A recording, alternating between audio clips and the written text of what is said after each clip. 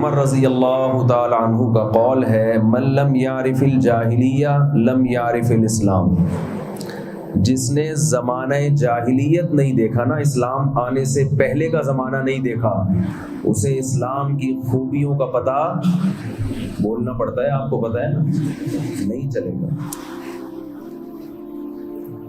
اندھیرا روشنی کی قدر کسے ہوگی؟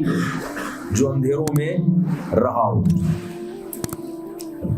یہاں پتہ نہیں لوڈ شیڈنگ کا کتنا ریشو ہے، ہم کراچی میں تو اندھیروں میں زیادہ رہتے ہیں، جیسے ہی لائٹ آتی ہے تو KESC والوں کے لیے دل سے دعائیں نکلتی ہیں، حالانکہ لائٹ لے کے بھی وہی گئے ہوتے ہیں، لیکن اندھیرے کے بعد روشنی کی انسان قدر کرتا ہے۔ قرآن مجید میں اللہ تعالیٰ نے اسلام کے علاوہ جتنے راستے ہیں سب کو اندھیروں سے تعبیر کیا ہے، اور چھوٹے موٹے اندھیرے نہیں۔ اصل میں ہم چونکہ مسلم ہیں نا، اس لیے ہمیں قدر نہیں ہے۔ آپ غیر مسلموں کو دیکھتے ہو اوپر سے چمکتے ہوئے نظر آئیں گے، سوٹ بوٹ ٹائی میں، کوٹ میں۔ آپ ان کے گھروں کا نظام جا کے دیکھو، ان کی پرسنل لائف میں گھسو، آپ کو تباہی کے علاوہ کچھ بھی نظر نہیں آئے گا۔ پھر قدر ہوتی ہے اللہ نے ہمیں مسلم بنایا۔ نہانا انہیں مسلمانوں نے سکھایا ہے، غیر مسلموں کو نہانا کس نے سکھایا ہے؟ دنیا میں جہاں بھی آپ کو تہذیب نظر آ رہی ہے نا، اگر آپ مستند تاریخ پڑھو تو اس تہذیب کے پیچھے اسلام کا ہاتھ ہے، اس کی بیک پہ اسلام کھڑا ہے۔ اسلام سے پہلے دنیا تہذیب سے واقف نہیں تھی۔ وہاں کے مقامی لوگوں نے مجھے بتایا یہ جو کیلاش قوم میں جو خرابیاں تھیں اور اب بھی ہیں، یہ اب کم ہوئی ہیں مسلمانوں کے ساتھ رہنے کی وجہ سے۔ سال میں بمشکل ایک دفعہ نہایا کرتے تھے، اب سنیں تھوڑا بہت نہانا شروع کر دیا، اللہ کا فضل ہو گیا۔ اور بہت ساری قومیں، اب چونکہ بیان باہر ملکوں میں بھی جاتے ہیں میرے، تو میں زیادہ قوموں کا نام لے کے ان کے انسلٹ کروں گا، پھر لوگ پریشان ہوتے ہیں یار یہ کیا کر رہے ہو آپ۔ ورنہ جو قومیں آپ کو صاف ستھری نظر آ رہی ہے نا، ان کی گندگی کے بارے میں اگر میں رپورٹ پیش کرنا شروع کر دوں تو آپ حیران ہو جائیں۔ خود سوچو، جو کھاتے گندی چیز ہے وہ صاف ہو سکتے ہیں؟ شراب پاکیزہ چیز ہے گندی چیز ہے؟ بدبودار چیز ہے نا۔ شراب کی بوتل اللہ نہ کرے کوئی یہاں لا کے رکھ دے، کیا خوشبو آئے گی؟ اس سے لپٹنے کا دل کرے گا آپ کا؟ جو چیز انسان سلیم الطبع انسان اپنے قریب برداشت نہیں کرتا، جس نے شراب پی ہوئی ہو، آپ کا دل چاہتا ہے اسے گلے لگانے کا۔ بھائی یہاں بھی پابندی ہے گورنمنٹ کی طرف سے بولنے پر، میرا خیال ہے جیسے کراچی میں پابندی ہے، تو آپ ذرا نئی زور سے بول دو نا۔ دیکھو شراب کوئی پی کے آیا ہو، آپ کا دل لگے گا، اس دل چاہے گا اسے گلے لگانے کا؟ ہاں اب مزہ آ گیا۔ تو جو اتنی گندی چیز جسے پینے والے کو گلے لگانے کا دل نہیں کرتا، آدمی کا دل چاہتا ہے اس کو دور رکھو مجھ سے، وہ چیز انسان اپنے پیٹ میں اتارے، وہ قوم پاکیزہ ہو سکتی ہے؟ جو گدے گھوڑوں کی طرح زنا کرتے ہو، ان کے ہاں نکاح کا رواج نہ ہو، اس قوم کو آپ مہذب کیسے کہہ سکتے ہو بھائی؟ یہ دنیا میں جتنی قومیں ہمیں تہذیب سکھا رہی ہیں، یہ گدے گھوڑوں سے جیسی زندگی نہیں ہوتی ان کی کیا؟ ولد الزنا، بچوں کی کثرت، بغیر نکاح کے عورت سے تعلقات، تو گدے میں اور انسان میں کیا فرق ہے؟ بکرے میں اور انسان میں کیا فرق ہے؟ یہی تو فرق ہے۔ تہذیب کی تعریف ہی بدل دی۔ مہذب قومیں، دیکھو ایک آدمی اس کے پاس تہذیب تھی نہیں بالکل، وہ ہر وقت میلا کچیلا رہتا ہے، ہر وقت بدبو میں، پسینے کی بدبو، اور ہر وقت اس کی جسم سے بدبو آتی ہے، گندے کام، گندے اعمال، جسم میں بھی بدبو، دانت بھی صاف نہیں۔ اب آپ اس کو تانا دیں یار صفائی کیا کرو، انسان صاف ستھرا اچھا لگتا ہے۔ اصل طریقہ تو یہ تھا کہ وہ صاف ہو جاتا، کیا خیال ہے بھائی؟ لیکن وہ اتنا میلا ہو چکا ہے، اور دنیا پہ حکومت کرنے کا اور دنیا کو صفائی سکھانے کا شوق بھی اسے بہت ہے کہ میں سب سے زیادہ کیا ہوں؟ صاف ہوں. تو اس نے صفائی کی ڈیفینیشن ہی کو چینج کر دیا. اس نے کہا یہ جو پسینے سے آ رہی ہے نا میرے، یہ بہترین خوشبو ہے. اور ڈکشنری میں اس نے لکھ دیا کہ خوشبو کی ڈیفینیشن کیا ہے. جو فلاں میلے کے میلے ہوتے ہیں نا، محلے میں کچھ لوگ ہوتے ہیں ان کا نام ہی میلہ پڑ جاتا ہے. پتہ نہیں کراچی میں تو اس طرح پڑتا ہے نام، آپ کے یہاں کیا رکھتے ہوں گے. کچھ لوگ ایسے ہوتے ہیں جو نہاتے ہی نہیں، ان کا نام کیا پڑ جاتا ہے؟ بھائی وہ فلاں میلہ آ رہا ہے. نام کچھ بھی لگا سکتے ہیں اس کے آگے. میں لگاؤں گا تو ایسا نہ کوئی بندہ یہاں بیٹھا ہو تو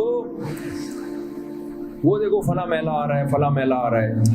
تو انہوں نے کیا کیا؟ میل کچیل کی ڈیفینیشن کو کیا کر دیا؟ بدل دیا. صفائی اور خوشبو کی ڈیفینیشن چینج کر دی. یہاں بڑی خوشی ہوئی ہے کہ ماشاءاللہ 95% لوگ پڑھے لکھے ہیں ان آبادیوں میں.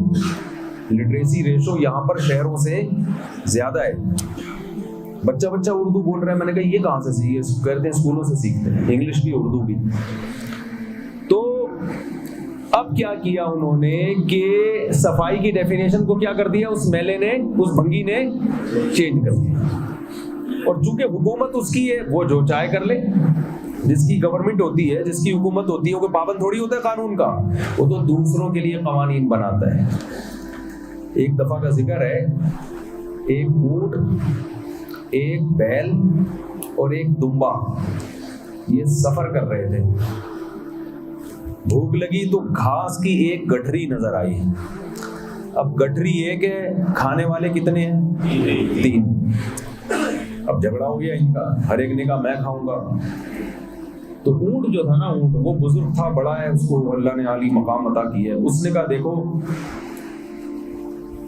ہم میں سے جو یہ ثابت کر دے گا نا، جو دنیا میں پہلے آیا ہے جو جانور، وہ اس گٹھری کا مستحق ہے، یہ ہم اسے کھلا دیں گے. اونٹ کا خیال تھا میں دنیا میں پہلے آیا. تو اونٹ نے دمبے سے کہا تم ثابت کرو. دمبے نے کہا دیکھو ابراہیم علیہ السلام نے اپنے بیٹے کو ذبح کرنے کے لیے لٹایا تھا، وہ نہیں ذبح ہوا تو کیا آیا تھا پھر جنت سے؟ سب نے کہا دمبا. اونٹ نے کہا دیکھو میں اتنا پرانا، وہ روایت صحیح نہیں ہے لیکن بہرحال اونٹ کو کیا پتا کہ یہ صحیح حدیث ہے یا ضعیف حدیث ہے. یہ روایت مستند ہے یا غیر مستند، تو آج کل لوگوں کو نہیں پتا ہوتا. تو دمبے نے کہا دیکھو میں ابراہیم علیہ السلام کے زمانے سے ہوں. اونٹ پریشان ہو گیا، وہی تو بہت پرانا نکلا، میں کیسے ثابت کروں. بیل نے کہا دمبے سے کہ ایکسکیوز می، کیونکہ بیل ہسٹری جانتا تھا زیادہ. اس نے کہا دیکھو جب آدم علیہ السلام دنیا میں آئے، کھیتی باڑی کی تو ہی خوراک ملی نا، تو اس وقت ٹریکٹر تو ایجاد ہوئے نہیں تھے. تو ہل کے طور پر کس جانور کو استعمال کیا ہوگا؟ سب نے کہا بھائی بیل. بیل ہی ہوتا ہے نا. بیل نے کہا اس کا مطلب ہے میں تم سے بھی پہلے. اب اونٹ حیران یہ ہوا کہ اس سے پہلے تو ہسٹری لکھی نہیں گئی، انسان ہی نہیں. لیکن گورنمنٹ کس کی ہے؟ اونٹ کی. پاور کس کے پاس ہے؟ اونٹ کے پاس. وہ اتنا لمبا ہے. اونٹ نے وہ گٹری اٹھا کے اپنی گردن پہ رکھ لی. دونوں نے بولا بھائی تم اپنا پرانا ہونا ثابت کرو. اس نے کہا میں سب سے بعد میں آیا. اس نے کہا پھر گٹری ہمیں دو. اس نے کہا ہمت ہے تو اتارا دو. It is called بدماشی. What does it call? What did it call? بدماشی. تو دنیا میں نظام جو اس وقت چل رہا ہے، وہ اس کی جو بیس ہے وہ کس پہ چل رہی ہے؟ بدماشی پہ. میں تہذیب یافتہ ہوں، بے شک میں جو مرضی کرتا رہا ہوں، کیونکہ حکومت اگر میرے پاس ہے تو تہذیب کے اصول کون وضع کرے گا؟ میں کروں گا. میں دیکھوں گا کہ اگر میں شراب پیتا ہوں تو میں لا یہ بناؤں گا کہ شراب بری چیز.